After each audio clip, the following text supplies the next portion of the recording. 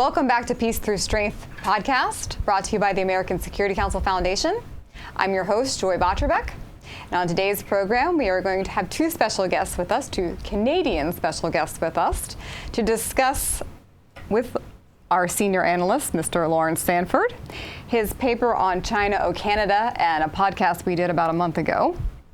Larry, would you like to give us a little brief and introduce the gentleman? Gentlemen, thank you for joining us. We have with us David Elderfield and Rob Andrews. And welcome to our podcast here in sunny and hot Florida to our two Canadian friends.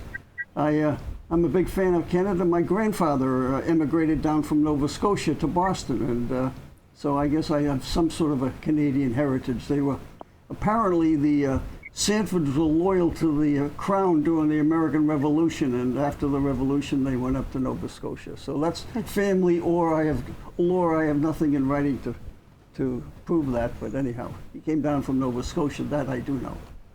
So thank you. We're at the American Security Council. Our issues are national security and economic security, and I write papers that get published, and I suspect you gentlemen might have seen my article in Conservative HQ, which has a big Canadian following. I'm not sure where you saw my article. It's published in a couple of areas. And it was on Canada, and the similarity is Canada and the United States are following a similar track of where the Chinese are invading us through a variety of ways. They're unrestricted warfare. And David contacted me, and I thought it was a fascinating story of what happened to him and his company. And Rob contacted me, I guess the two of you were friends, contacted me in regards to the political aspects of the Chinese influences in Canada. So with that, I'm not going to do much talking after this and let David begin, and Rob, you two are friends, so you can talk to one another about what the issues are you'd like us to hear in regards to Canada. Okay, sure. Well, thank you, Larry. I'll kick off right off the bat here, and thank you very much for having us on. It's a pleasure to be able to chat with, especially an ex-Canadian down there. We'll keep that quiet, and.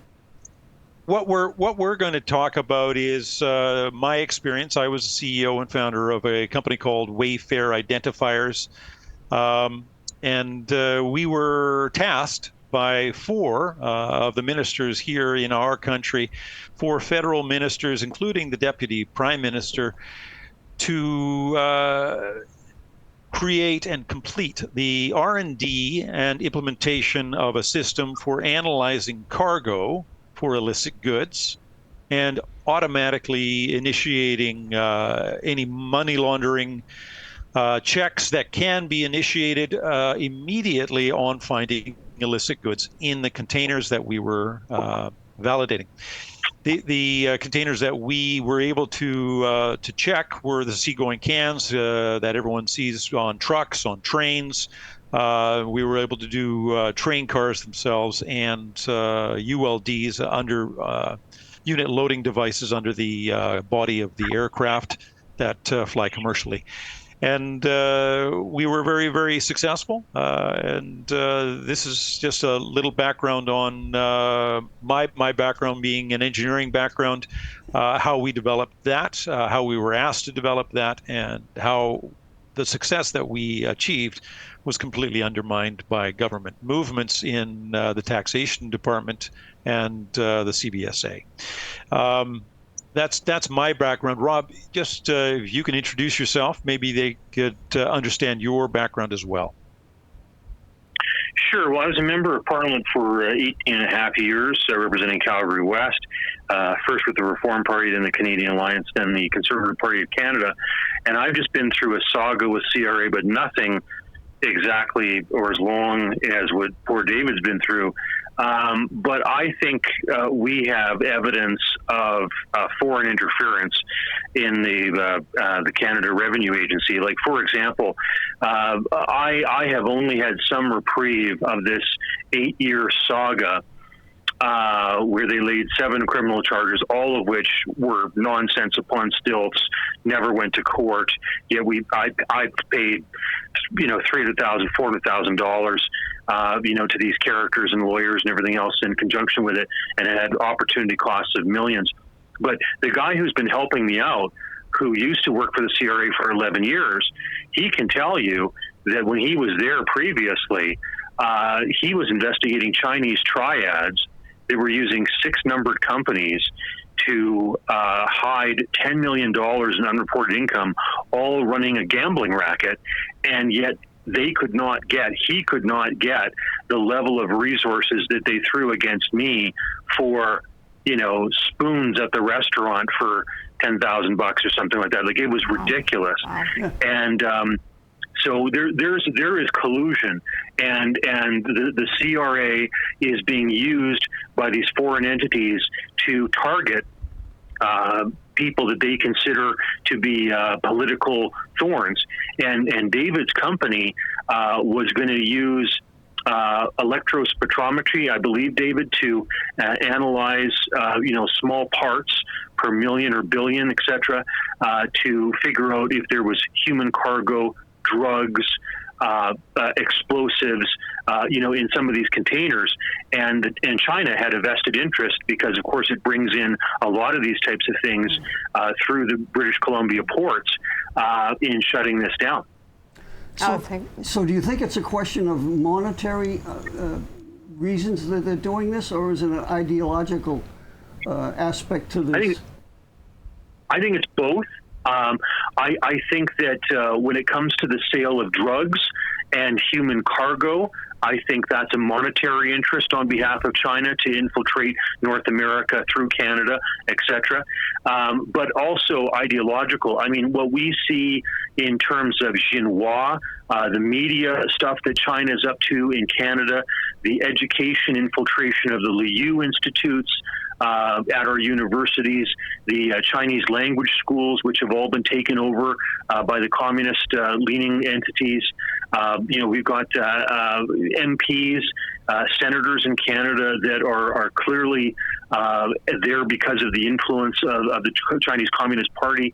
The health scandals that we've gone through recently with regard to the COVID lockdowns, Theresa Tam nationally, Verna Yu here in Alberta, the use of their embassies to torture and intimidate Falun Gong practitioners, the elite capture that's gone on. I mean, it's extensive.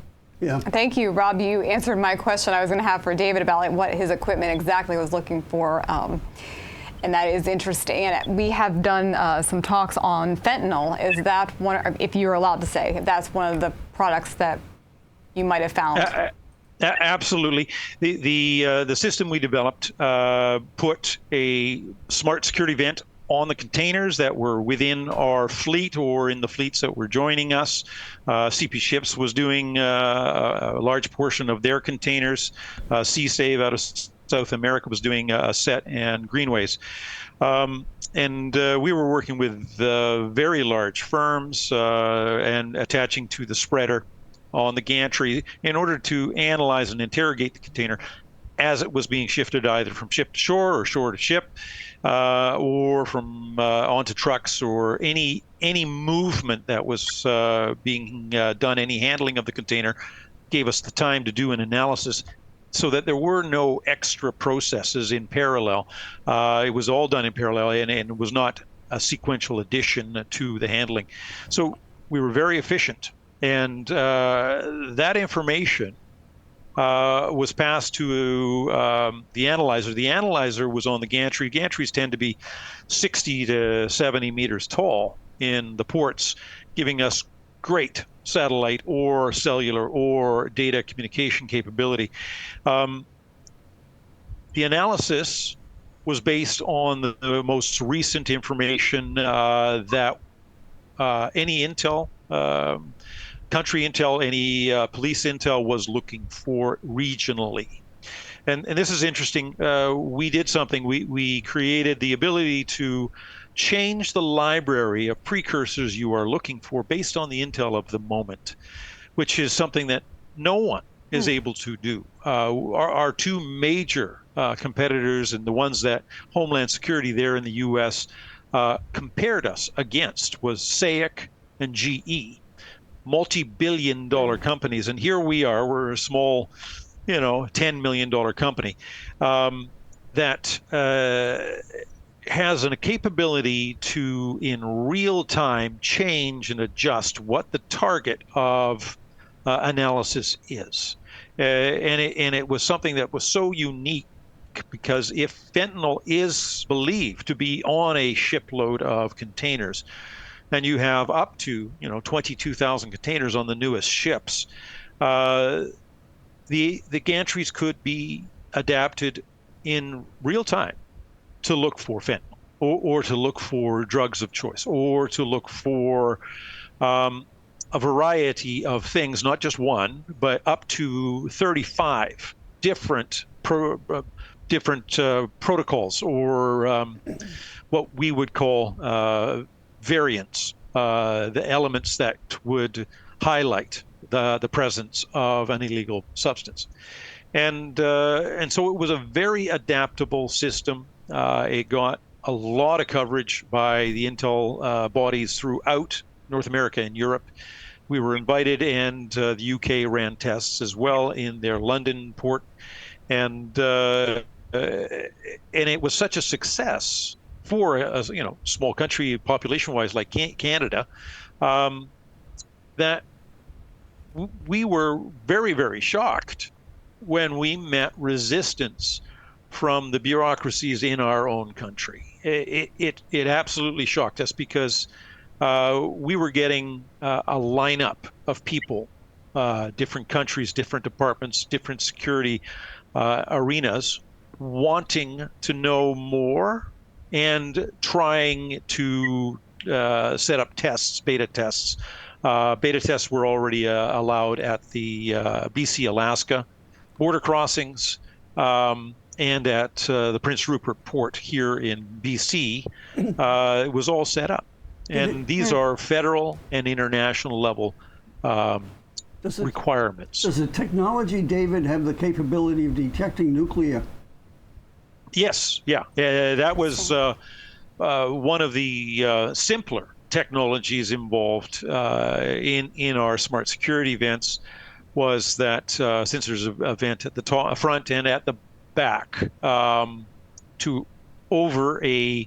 generally this became accurate over a 2-day period, but during transport, to isolate where there might be a localized source of radiation. It was very, very accurate.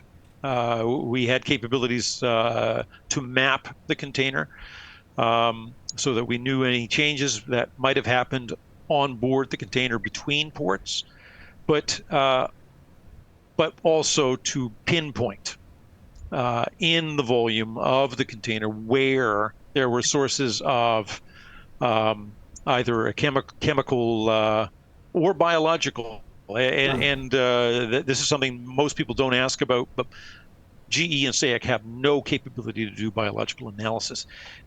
So this technology was so advanced for the time at which it had first been developed, that we were very, very shocked that our own government would turn against us and take us down when we were doing something that was requested by their own top level members of parliament. Wow, that's sophisticated equipment right there. Yeah, it very is. Yeah. So Rob, you spent many years in the government as an MP. What is the solution to David's issue? I'm sure that David would love to hear you have a solution, but.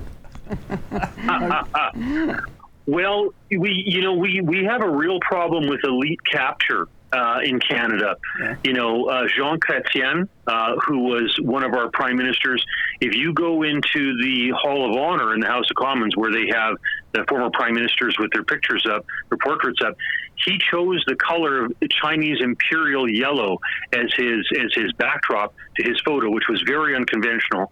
But they literally believe that somehow, China is going to supplant the United States as a superpower, and so they should start being sycophantic and kissing the ring of that sooner rather than later. Paul Martin, who replaced Jean Chrétien as prime minister, he used to get his ships built for pennies on the dollar, his Canada Steamship Line ships, by the People's Liberation Navy over in China. He had an exclusive contract to ship Canadian wheat bought below market value, a monopoly contract to send that over to China. So he was making money over basically the backs of Canadian farmers who were forced to sell their wheat below market value to the Canadian Wheat Board. Mr. Trudeau, the current fellow, both him and his father had and you can look at their own quotes on this. They had an admiration for China's basic dictatorship because they, quote unquote, could get things done. And it's not just the Liberals. I mean, even Stephen Harper, when he was there, was desperate to get Canadian beef readmitted because of BSE into the Chinese market, went over on a trip and, they played to his ego by saying that if somebody put 2 squirts of hot sauce into their soup, that now was called Harper soup. And he actually believed that this was now a sensation in China. And as a result, we got some of these senators like Yuen Pa Wu, who made excuses, appointed by the prime minister, made excuses for when the 2 Michaels were abducted, by the Chinese government because of the stuff that was going on with Huawei. It's sad. It's really, really sad. I mean, we need to have better politicians, and I'm sure you can commiserate with that. Yes, we can. Yeah. You've got your Swalwell. We've got problems too. Yeah. Fang. Yeah, no, Larry and I were chatting a little earlier. The expectation for all politicians, all elected officials, and all career bureaucrats has to be that they're patriots. It has to be the fundamental sort of drive for their role, and that expectation has to be trusted in by the citizens. And we have to get back to that capability to trust in that without having these events happen from the left field and getting just absolutely surprised by these things taking place and causing major issues on our capability to have sovereignty. The number one issue that I see is that there's no reliable oversight on many of the bureaucrats that we have hired here in Canada. Many of them get to hide behind what we call the Privacy Act, which is supposed to be for citizens, but particularly Canada Revenue is utilizing like a shield. Senator Percy Down himself has stated that not only the CRA, but mainly the CRA is holding our personal protections as citizens up as their personal protections as bureaucrats, which is not the game plan. They are open to public scrutiny, and that needs to happen on a more even-handed basis. My problems stem, many of them, from the fact that our own taxpayers' ombudsperson is now in the organization chart under the control of the head of the CRA, the department that they are supposed to validate the actions of. It's a conflict of interest. Even the prior Shira Prophet wrote that it had elements of conflict of interest in her final public report before she finished her tenure, and we just whitewash this. We need more ombudsmen. They have to have more power, and they have to have the ability to call to the table people and individuals and career bureaucrats and question why they did what they did and have an open answer. Everything is protected. Protected information is confidential. It's under Privacy Act. The public cannot see anything. It's all smoke and mirrors. And that's what needs to change. Wouldn't be a massive change, not a complexity change. We have the titles of these ombudsmen already out there. These people are already in the roles. They are just powerless. Well, again, we get back to representative government, and representative government is not doing its job. And I would argue, at least in the American system, we should have term limits, because people get ensconced in their positions and they don't take care of the people, they take care of themselves. And so it has to go back to the representatives who represent the people to do the job. And we need people of virtue, and that's something I think that is sadly lacking in both our countries. I know it's lacking in American government, the man of virtue or the woman of virtue. It just seems like it's one never-ending scandal after another of payoffs, incompetency, whatever you want to call it, ideological motives. Yes, I agree. I was going to say, I think we can echo your sentiments here, David. I wanted to underline David's idea that the taxpayers' ombudsman in Canada needs to report to Parliament, not the minister, because otherwise they're merely a lapdog and they're a cover-up. I also wanted to talk about the corruption in the electoral process, because how do you get virtuous politicians elected? And one of the things we've seen in Canada, like in Calgary Centre, which is this riding constituency. It's the center of Calgary. It's the one that can flip back and forth between Liberal and Conservative depending on election. And in that riding, for example, they had 10,000 ballots cast by attestation. And you might say, well, what is that? Well, that means, you walk into the polling location, you don't have your identification, you're not on the list, but you say, I want to vote. And they say, well, do you have somebody who can vouch for you? And then you say, oh, well, yes, I have somebody here who knows who I am, can vouch for me. Well, they had a situation where one of the liberal activists, organizers, a fellow by the name of J.C. Penney, was literally taking busloads full of Chinese seniors and taking them to these polling locations, and they would arrive and they would show up without ID, without apparently the ability to speak English. He personally would attest for the entire busload. They would vote, get back on the bus, go to another polling location, and do the same thing all over again. And so, that's the cheating that happens with paper ballots. Now, you imagine you complicate that with some of these electronic tabulators, and you're just multiplying it, especially if they have internet access and manipulability and everything else. And you guys know that all too well. Yeah.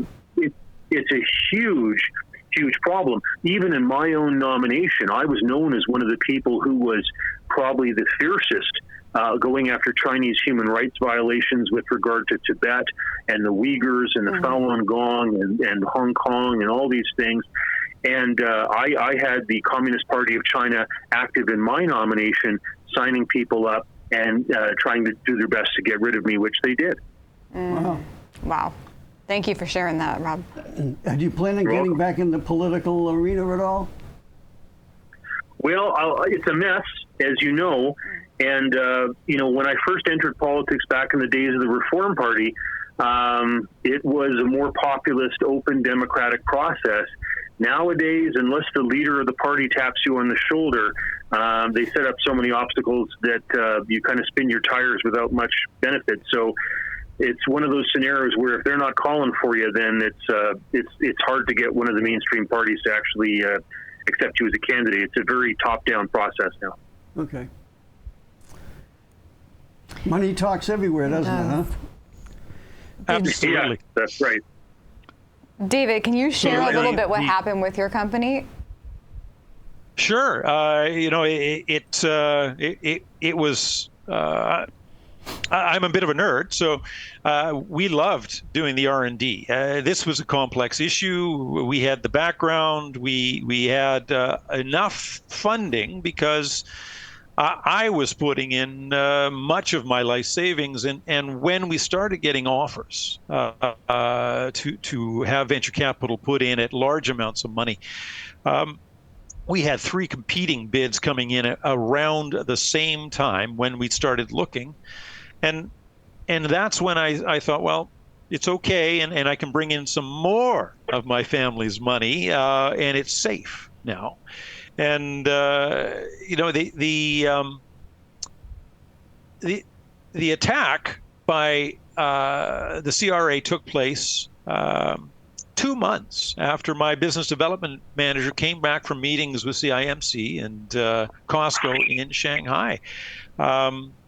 He had sat there at their invite. They had invited, and they'd put him up when he was over there, and we spent nearly a week over there discussing the analysis and the requirements of what is a American requirement for analyzing all containers before they get on a ship at the foreign port they're coming from.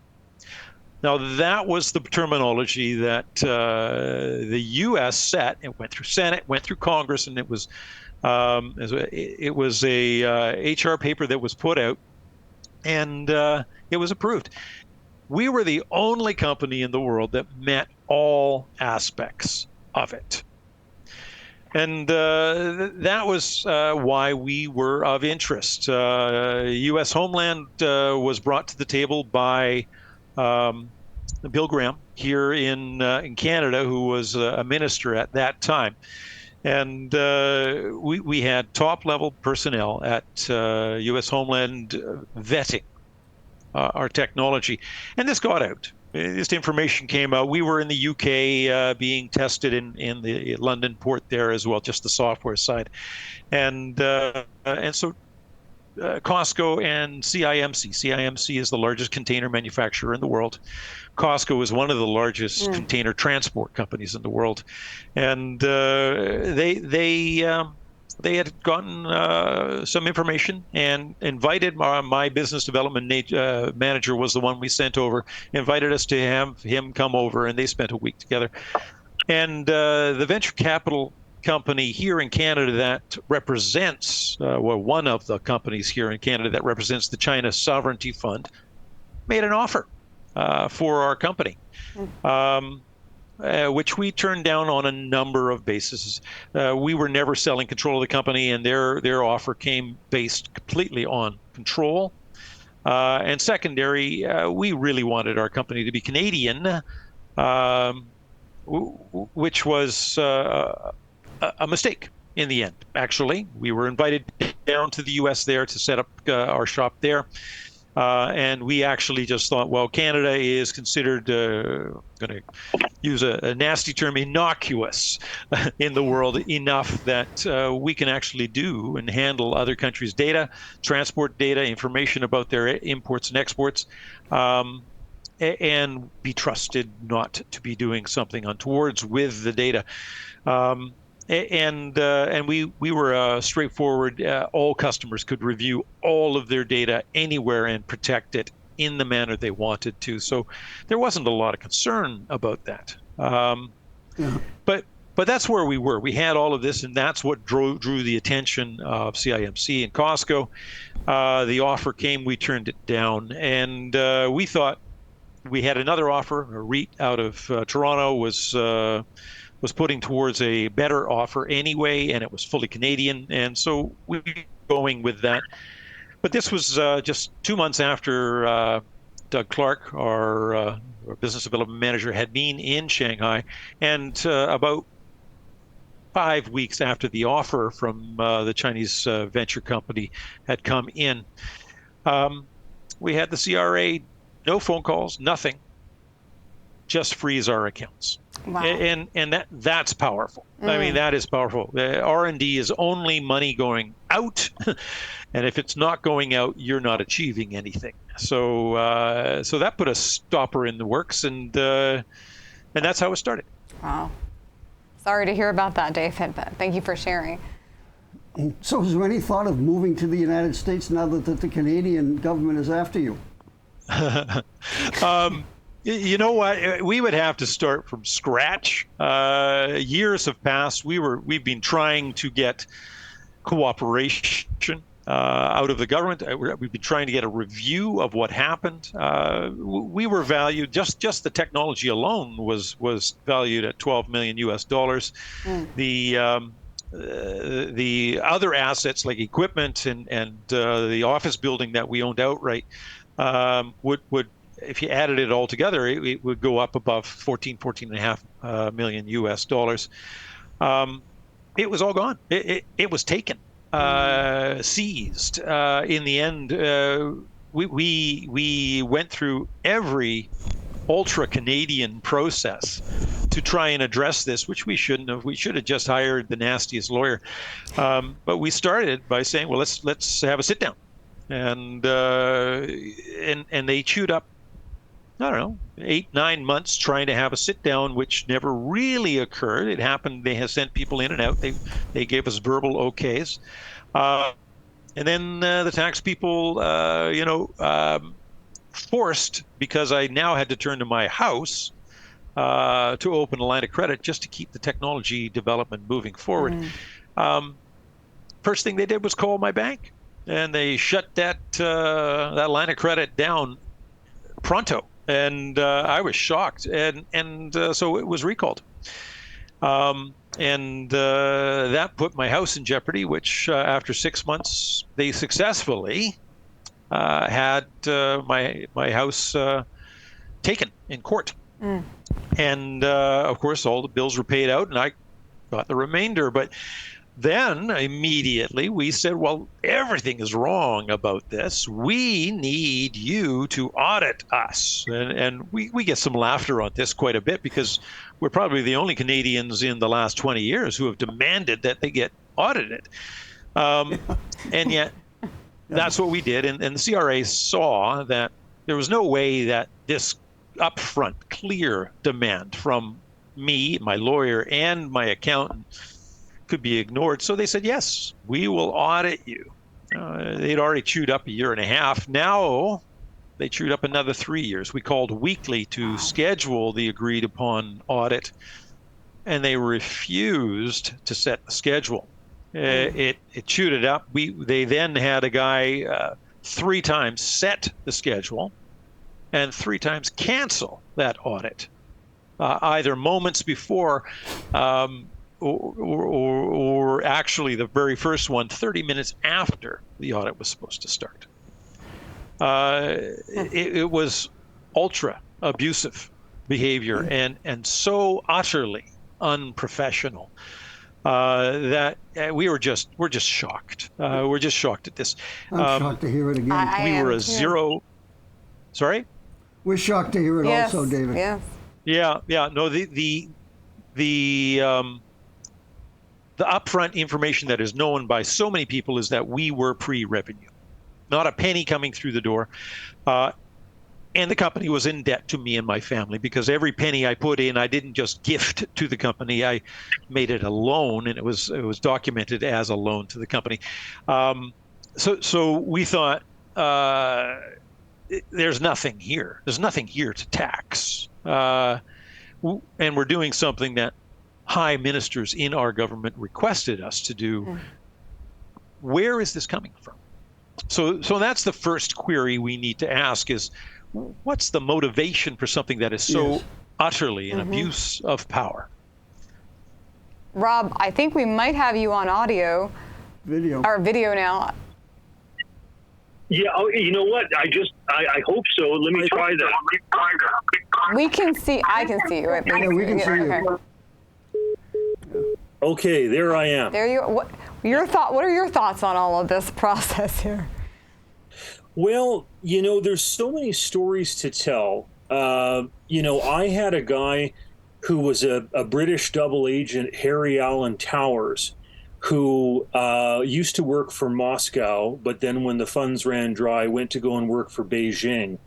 And what he did is he came to Canada, met with me, and said that he knew of some BBC reporters who had documented the slaughter of students at Tiananmen Square, and he wanted to get that footage out of China and give a black eye to Beijing during the Beijing Olympics, which I was sympathetic to. And then he wanted to meet with some of the other MPs that might be sympathetic, etc. And sadly, I didn't know, I should have known better, etc. But I had a a parliamentary restaurant meeting with a few of my colleagues, including Helena Georgis, who was then at some point dating Raheem Jaffer. And what subsequently happened was, and you can read about it in the Toronto Star, for example, there was a guy who was Chinese, spoke fluent English, was trained at their equivalent of West Point, and was connecting with Canadian politicians about business opportunities, etc.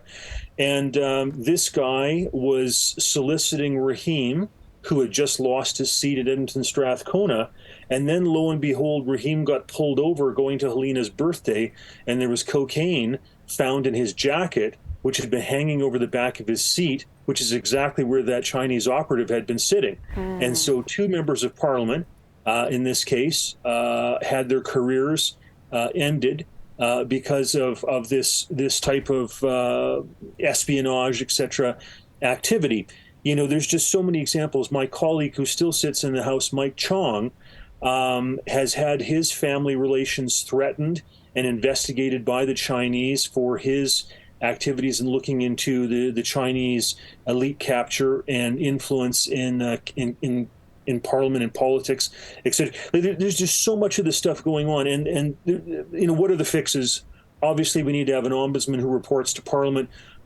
We probably need to have a full-time committee that deals just with these issues because it's such a behemoth of a problem. Yeah, the stories are near endless with regard to what's going on. We started to have one here in America, and then Biden came in and closed it down. So no surprises there, Yeah. you know. I think even, say, for example, I have a friend of mine, Brian, who worked at the Canadian consular office, etc., embassy in Hong Kong. And he was seeing local people who were hired, non-Canadians, who were selling Canadian passports for substantial sums of money. And he tried to end this practice. And what happened was, rather than the government congratulating him and saying, "Good job, well done, faithful servant," instead he was drummed out of working in the civil service, and has spent his time documenting what China's doing in terms of targeting North America with its missiles, etc. Great guy, but he's just another example of a guy who tried to fight the system. Yeah. So we do need to have virtuous people in office, that is for sure. Absolutely. Yeah, one of our favorite expressions here is it's a big battle, but it's better to light one candle at a time than to curse the darkness. So we're going to keep on plugging away for the virtual leaders. Yeah, Amen. Glad there is somebody like him. And thank you for your time. Thank you for your stories. If there's anything you'd like us to do in the future, please don't hesitate to contact us, and we'll probably contact you in the future too for an update. So I hope so. Please do. There's many stories. I see that. Very intriguing. Absolutely. Yeah. Thank you, David. And David, where are you going from now? From here? Well, you know, our ombudsman, after taking 5 years to open a file, because Senator Percy Down, fantastic man, pressed in and twice delivered our package there saying, we want this reviewed. They finally opened a review. They finally said, yes, the CRA owes you and your team a full apology. But the ombudsman was then told to close the file by the CRA, and they did. But there is one more action. There is a year-end review that the ombudsman has to do, and I'm going to be very, very curious what he says about this file. The review has to have a statement come with it. And I think that's probably my last opportunity to go through appropriate routes to get, justice, basically, justice done. My family, my career, all trashed. I mean, all absolutely trashed. And the CRA didn't stop. They shut down and seized everything from the company. And as I kept on pushing and pushing, all of a sudden they came up with a personal tax bill. They're saying I owe them $500,000 for a period of time when the company was in debt to me for $1.8 million. It makes no no rational sense whatsoever. A man who is owed money by a company does not take a salary from that company, and yet that's their story, and they're sticking to it. So we have to have somehow the public more interested in having a cleanly operated government. We tend to bury our heads in the sand and carry on with the status quo if it's a reasonable lifestyle we're living. Yeah. Mm-hmm. We have to be concerned for our children, because this is what we're leaving them. Absolutely. Well, we hope your year-end review goes well. Yeah, absolutely. Me too. If I can, one more story. We had a Liberal MP in the Richmond area named Raymond Chan, and he started off as a freedom fighter who believed in Hong Kong democracy. And once he got to Ottawa, once he got elected, all of a sudden a girl who was half his first wife's age began seducing him. He left his first wife, went for the second. She set him up with a Chinese language school, which was being provided by people from mainland China to learn English, etc. He forgot about his human rights interests, etc.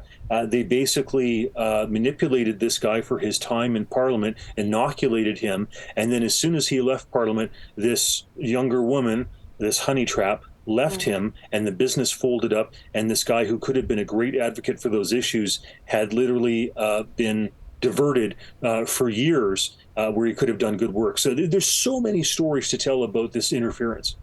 I have heard some similar stories to that, Rob, here in the U.S. with professors. The same thing, Chinese do the same thing with them. Correct. We had at the University of Calgary, we had a guy who was teaching advanced trigonometry mathematics, and he fell down to this ego trip stuff, whereby half of his students were People's Liberation Army, Navy, etc. kids who were reading their communist publications in class, etc. And what he did was he would take American GPS signals and take the civilians' signal and used advanced trigonometry to build up, using a couple locations, 3 locations, etc., the rest of the more sophisticated military-grade ICBM, subsurface submarine, etc. signals. And this guy was taken over for trips to China on a regular basis and extolled about how smart he was and how he wasn't appreciated enough by Canada, etc., etc. I mean, the examples are just, there's so many. That's the stories I hear too. Yeah. Yeah. Well, thank you both for sharing today. We appreciate you having on, and we're very honored to have you both come on our small podcast here in Sebastian, Florida. Yeah. Thank you for your interest, and let's see where we can get this moved and see if we can get people behind, making the changes that are needed. We're going to keep on lighting the candles, We are. David and Rob. Thank you very much. Okay. Thank you so much. Okay. Have a great you. day. Bye-bye. Thank you, Larry. Yeah, thank you. And to our listeners, you can read Larry's article on China and Canada on www.ascf.us. He also mentioned Conservative HQ, and he's on Substack as well. You can follow us on Facebook, Twitter, and Instagram, and please subscribe and comment on our YouTube channel and Rumble channels. Thank you. Thank you, guys. Thank you, Larry. Thank you, Joy. And we hope to have you get next time. Maybe we'll have another follow-up to this year-end review and some other stories with our Canadian friends here. Thank you. Thank you, and join us next time on Peace Through Strength podcast.